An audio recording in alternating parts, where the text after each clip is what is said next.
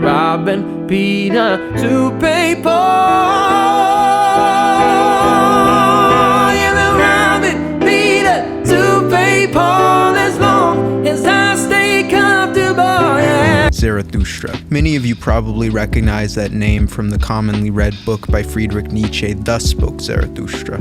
With this video, I wish to provide you with a brief introduction to who Zarathustra was, why he matters, and why Nietzsche utilized his name in his work. So who was Zarathustra? There are many different conceptions about Zarathustra. Some see him as a fire magician, others see him as a wise philosopher. But to the Zoroastrians, he was the divinely inspired prophet and founder of their religious tradition. Zoroastrianism, the religion founded by Zarathustra, has developed over the span of at least 3,000 years, beginning in prehistory as an oral tradition with roots in Indo-Iranian culture and mythology. It then became established as part of an imperial Iranian ideology in the ancient Near East, and in late antiquity it emerged in variant forms in Western and Central Asia. The religion is still practiced by some today. Today there are different branches or interpretations of Zoroastrianism, which disagree, so we cannot treat Zoroastrianism as one clear monolith. It is said that one day Zarathustra experienced an intense vision of light. He experienced the presence of the god Ahura Mazda and 6 other radiant beings. After this vision, Zarathustra began to preach that there was a supreme god, the wise lord Ahura Mazda, who created the world. However, the order of this creation was threatened by the lie. Zarathustra established a dualism between good and evil, a cosmic struggle in which humanity played an important role. We have a responsibility to promote goodness and expel evil through good thoughts, good words, and good deeds, in order to speed up the inevitable victory of the good and return everything once more to a paradisial state. Ahura Mazda, as a god, predated Zarathustra, but with Zarathustra the understanding of Ahura Mazda changed.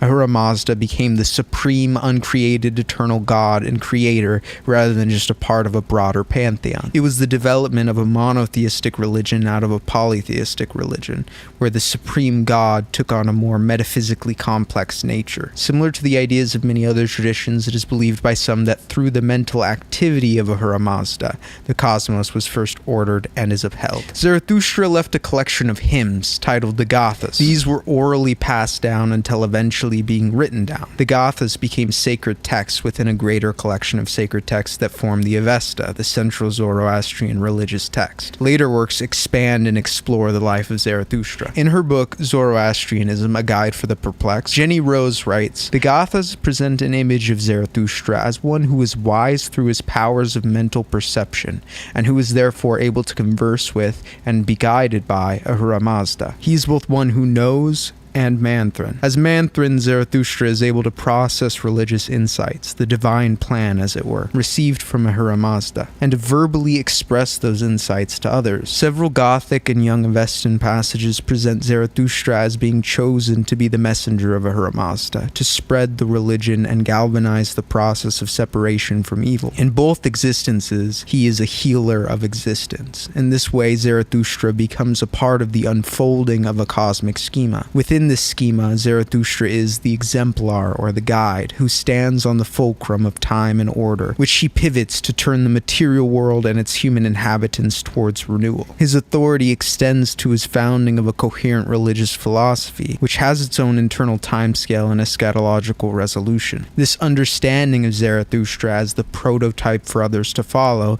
is preserved across cultural boundaries and historical ages, so that he epitomizes the possibility for each Mazda worshipper to function as a world healer. To give some context, Zoroastrianism was the religion of Xerxes, the great Persian invader of Greece. This religion had a significant impact on the ancient Greek world, and thus the Western philosophical tradition. Our main concern is the Western perception of Zarathustra, and many Greek writers paid credit to him as an important part of the development of Greek intellectual thought.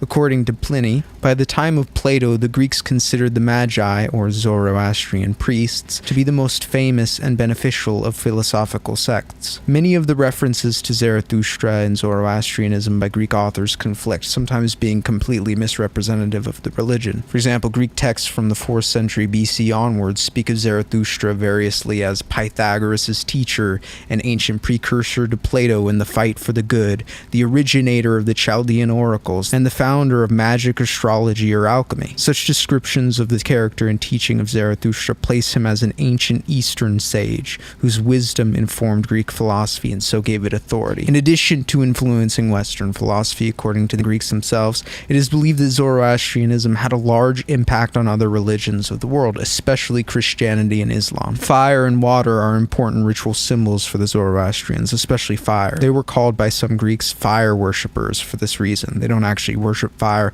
but they have fire temples where they keep a flame burning as an important ritual symbol. Zarathustra also taught that people would be judged after death and that there would eventually be a final judgment. Zoroastrianism also condemns lying. Lying is a bigger deal in Zoroastrianism than many other religions. All that being said, let's get back to Nietzsche, which is likely why many of you clicked on this video. Again, many people in the West know the name Zarathustra from Nietzsche's book Thus Spoke Zarathustra. Why did Nietzsche choose this name, or this figure, to be the mouthpiece of his ideas? Well, Nietzsche actually gives an answer in Ecce Homo. He writes, "People have never asked me, as they should have done, what the name of Zarathustra precisely meant in my mouth, in the mouth of the first immoralist. For that which distinguishes this Persian from all others in the past is the very fact that he was the exact reverse of an immoralist. Zarathustra was the first to see the struggle between good and evil, the essential wheel in the working of things, the translation of morality into the realm of metaphysics as force, cause, end in itself in his work. But the very question suggests its own answer. Zarathustra created this most portentous of errors,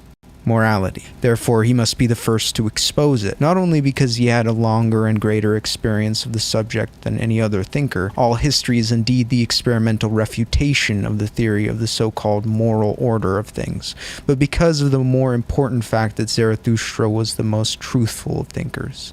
In his teaching alone is truthfulness upheld as the highest virtue, that is to say, as the reverse of the cowardice of the idealist, who takes to his heels at the side of reality. Zarathustra has more pluck in his body than all other thinkers put together. To tell the truth and to aim straight, that is the first Persian virtue. Have I made myself clear? The overcoming of morality by itself through truthfulness, the moralist's overcoming of himself and his opposite, in me.